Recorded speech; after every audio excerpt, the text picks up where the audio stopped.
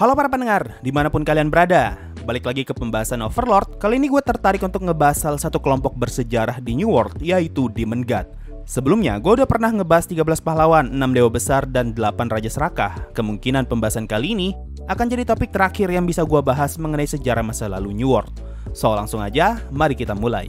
Demon King, King of Demon, Demon Lord, dan Demon God itu semua adalah sebutan yang sering muncul di anime dan juga novel Overlord. Tapi meskipun berbeda, kurang lebih sosok yang dimaksud adalah satu kelompok yang sama. Sebenarnya masih ada satu sebutan lagi, yaitu Evil Deities, yang kurang lebih sama aja dengan istilah-istilah tadi. Nah, kenapa namanya bisa banyak? Ini karena di volume 6 dijelaskan kalau penduduk New World memiliki kebiasaan untuk menambahkan kata Lord atau King sebagai imbuhan untuk menyebutkan suatu spesies monster yang lebih kuat. Makanya di New World ada istilah Dragon Lord. Ini berarti Dragon Lord adalah spesies yang jauh lebih kuat dibandingkan Dragon pada umumnya. Jadi istilah Demon King, Demon God, ataupun Demon Lord adalah sebutan penduduk New World untuk spesies monster yang mempunyai kekuatan melebihi monster pada umumnya. Cuma sekarang istilah itu melekat kepada sekelompok entitas yang pernah hampir menghancurkan dunia di masa lalu. Karena hal ini, konsep Demon King di Overlord berbeda dengan kebanyakan cerita fantasi pahlawan, di mana hanya ada satu raja iblis dan satu pahlawan. Kalau mau dibandingkan, kurang lebih konsep Demon King di Overlord mirip dengan yang ada di Tensura, di mana Demon King bukanlah gelar untuk satu orang saja, tapi ada banyak orang yang mempunyai gelar Demon King.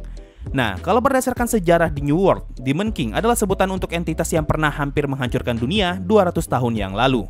Di volume 4, dijelaskan kalau ada seorang monster yang adalah raja dari para iblis, dan dia pun diberi julukan Demon God. Dia adalah entitas yang memimpin para iblis di bawah komandonya dan hampir saja menghancurkan dunia. Hingga akhirnya 13 pahlawan pun muncul dan berhasil mengalahkan Demon God.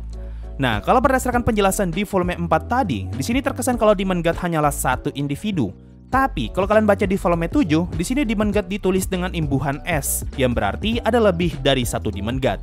Nah, sampai sekarang belum pernah dijelaskan siapa sebenarnya mereka. Apakah mereka NPC, apakah mereka player, atau mungkin mereka hanyalah penduduk asli New World. Tapi, kalau kalian baca di versi web novel, ada informasi yang seperti menyiratkan kalau para Demon God adalah bawahan player. Di web novel, sempat dijelaskan kalau Demon God adalah makhluk yang disegel 13 pahlawan. Mereka adalah eksistensi yang disebut sebagai Demon King, tanda tanya. Mereka adalah dewa yang sebelumnya pernah melayani 6 dewa besar dan sekarang menjadi Demon God, tanda tanya. Masih di web novel, di sini juga sempat dijelaskan tentang identitas Shurshana yang adalah salah satu member dari 6 dewa besar. Nah, kita diberitahu kalau Shurshana memiliki bawahan yang disebut sebagai Smaller Gods atau dewa-dewa kecil.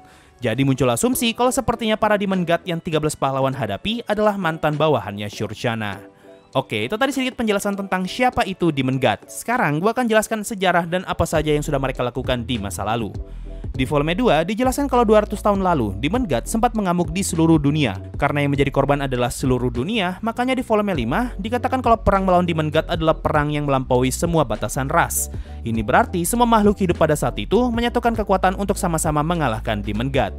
Informasi ini sesuai dengan yang ada di volume 7, di mana kita diberitahu kalau 200 tahun yang lalu, bukan hanya kerajaan manusia yang runtuh, tapi kerajaan demi-human dan humanoid ikut menjadi korban amukan Demon God. Lalu di volume 11, dijelaskan kalau kerajaan Dwarf juga menjadi korban dari insiden itu, dan menyebabkan salah satu kota mereka yaitu Feoberkana hancur akibat invasi Demon God. Hal ini membuat semua keluarga kerajaan Dwarf yang tersisa memutuskan untuk ikut berperang sehingga menyebabkan teknologi dari luar masuk ke dalam kerajaan. Dan akhirnya masuk ke volume 1. Di sini Digun ngomong kalau Demon God adalah entitas yang berhasil dikalahkan dan disegel oleh 13 pahlawan. Jadi bisa dibilang kalau sampai saat ini masih ada beberapa Demon God yang tersisa semenjak perang 200 tahun yang lalu. Tapi mereka berada dalam kondisi tersegel. Makanya ketika Nigun melihat Ainz, dia sempat mengira kalau Ainz adalah Demon God yang berhasil lepas dari segelnya. Balik ke volume 5, setelah perang melawan Demon God berakhir, kekuatan umat manusia berkurang sangat drastis dan terbentuklah Guild Petualang. Guild ini tercipta sebagai wadah untuk mengumpulkan orang-orang kuat dan menggunakan organisasi ini sebagai cara untuk membantu berbagai macam negara tanpa menyebabkan konflik. Lalu di volume 7, kita diberitahu kalau ada banyak negara yang runtuh semenjak insiden Demon God, sehingga hanya ada sedikit negara yang mampu bertahan lebih dari 200 tahun. Di sini disebutkan kalau Restize Kingdom, Holy Kingdom, Karnasus City State, dan Baharut Empire adalah negara yang baru saja didirikan dalam kurun waktu 200 tahun lalu. Jadi sepertinya negara itu baru terbentuk setelah insiden Demon God. Nah, karena di sini selain teokrasi tidak disebutkan, ini berarti selain teokrasi adalah salah satu negara yang berhasil bertahan lebih dari 200 tahun. Lalu mundur ke volume 4, dijelaskan kalau bekas pertarungan 13 pahlawan melawan Demon God masih bisa dilihat sampai saat ini. Ini sesuai dengan informasi di volume 2, di mana kita dijelaskan kalau saat ini ada banyak reruntuhan kerajaan yang rusak akibat Demon God. Nah, karena semua reruntuhan itu adalah bekas kerajaan di masa lalu, makanya tidak menutup kemungkinan kalau terdapat harta benda ataupun item sihir yang tersimpan di dalam sana.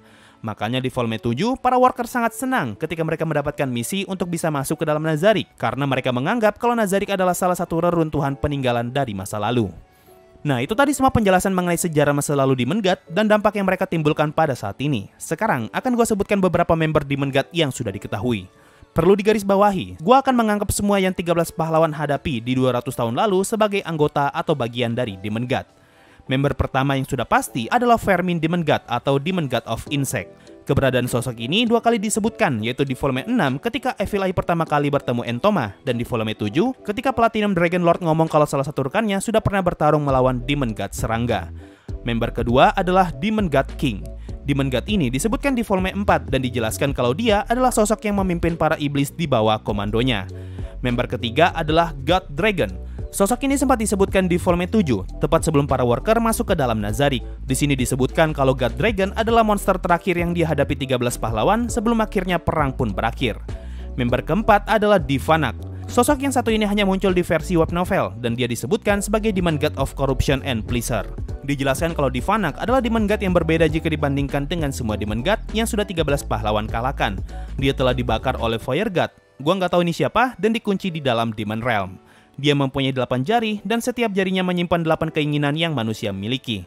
Nah, kata 8 jari terdengar familiar dengan sebuah nama kelompok yaitu Eighfinger. Mungkin saja Divanak adalah sosok yang menginspirasi terbentuknya kelompok ini. Mungkin. Lanjut, member kelima adalah Landfall atau Country Destroyer. Seperti yang gue bilang di awal, gue akan menganggap member Demon God adalah semua sosok yang sudah 13 pahlawan hadapi.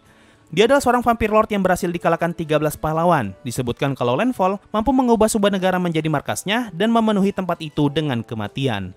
Nah, buat yang udah sering dengar pembahasan Overlord, pasti tahu kalau Landfall adalah julukannya Evil Eye. Dan member ketiga adalah Zaitil Kae. Ini adalah monster raksasa berbentuk pohon yang muncul di Overlord CD Drama 1. Sebenarnya hal ini masih sekedar asumsi, karena di CD drama dijelaskan kalau monster ini mampu menghancurkan dunia dan sekelompok orang datang untuk menyegel dirinya. Dari penjelasan tadi, sepertinya Zaitil Kae adalah salah satu Demon God yang 13 pahlawan hadapi di masa lalu. Sekarang, mari kita bahas seberapa kuat mereka. Di volume 1, Nigun menjelaskan kalau dia diberikan kristal sihir yang mampu menampung malaikat terkuat. Malaikat ini mampu dengan mudah menghancurkan Demon God yang pernah mengamuk 200 tahun lalu. Tapi ketika melihat Ainz yang mampu menghancurkan malaikat itu dengan mudah, Nigun ngomong kalau kekuatan Ainz sangat jauh melebihi Demon God. Nah, dari kalimat ini, kita sebenarnya sudah bisa mengira-ngira sekuat apa para Demon God ini.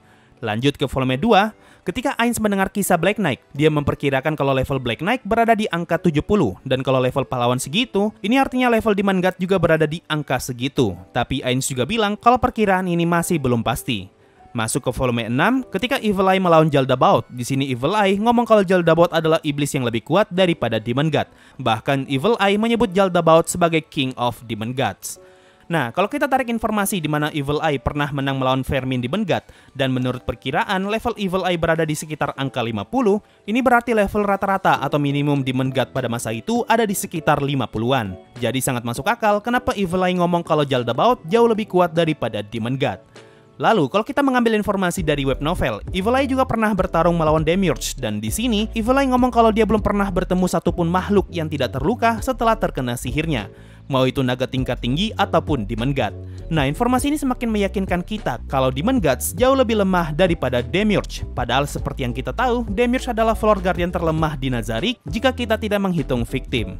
Nah, di web novel, di sini disebutkan kalau Demon God mampu menggunakan sihir hingga tier 7, di mana sihir tier 7 bisa didapatkan jika seseorang mencapai level 43. Jadi kemungkinan besar minimal level Demon God ada di angka 43. Lalu, kalau kalian cek di Arcadia, di sini tertulis kalau secara kekuatan Landfall atau Evil Eye berada di atas Demon Gods, dan Demon Gods berada di atas 13 pahlawan.